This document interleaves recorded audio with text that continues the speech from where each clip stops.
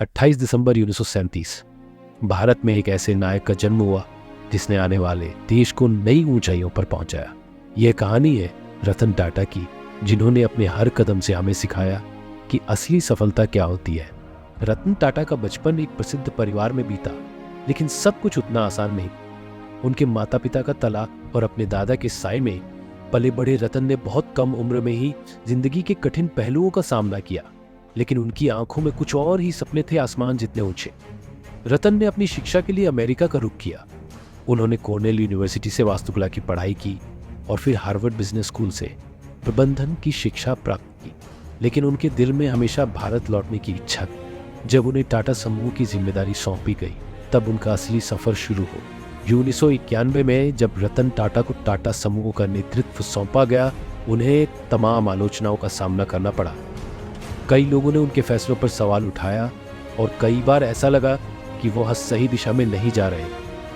लेकिन एक सच्चा नेतृत्वकर्ता वही होता है जो मुश्किल हालात में भी अपना हौसला बनाए रखे। रतन टाटा का सबसे बड़ा सपना था कि हर भारतीय परिवार के पास अपनी खुद की कार हो। उन्होंने 1 लाख रुपए में एक ऐसी कार देने का सपना देखा जिसे हर भारतीय खरीद सके। कई लोग इस विचार पर हंसे, लेकिन उन्होंने हार नहीं मानी और इस तरह दुनिया ने देखा टाटा नैनो का जन्म। सिर्फ भारत में ही नहीं, रतन टाटा ने अंतर्राष्ट्रीय स्तर पर भी अपनी पहचान बनाई। जब उन्होंने जैगुआर और लैंड रोवर को खरीदा, तो इसे एक ऐसे निर्णय के रूप में देखा गया जिसने भारतीय व्यापार जगत को नई ऊंचाइयों पर पहुंचाया।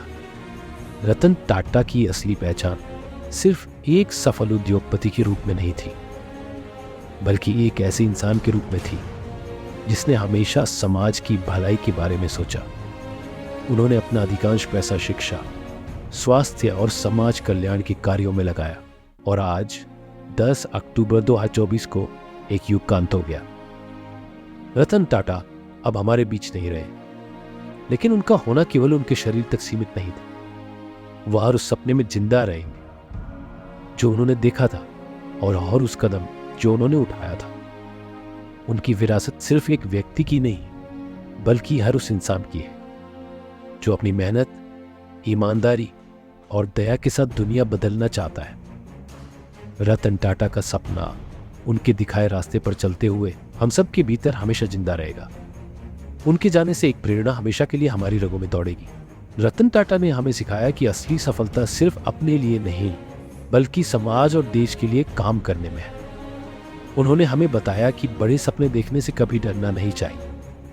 आज रतन टाटा हमारे बीच, लेकिन उनके सपने और उनकी प्रेरणा हमेशा हमारे साथ रहेंगी। रतन टाटा का जाना एक युग का अंत है, लेकिन उनका जीवन एक ऐसी किताब है जिसे हर कोई पढ़कर प्रेरित हो सकता है। धन्यवाद रतन टाटा, हमारे देश को इतना कुछ देने के लिए।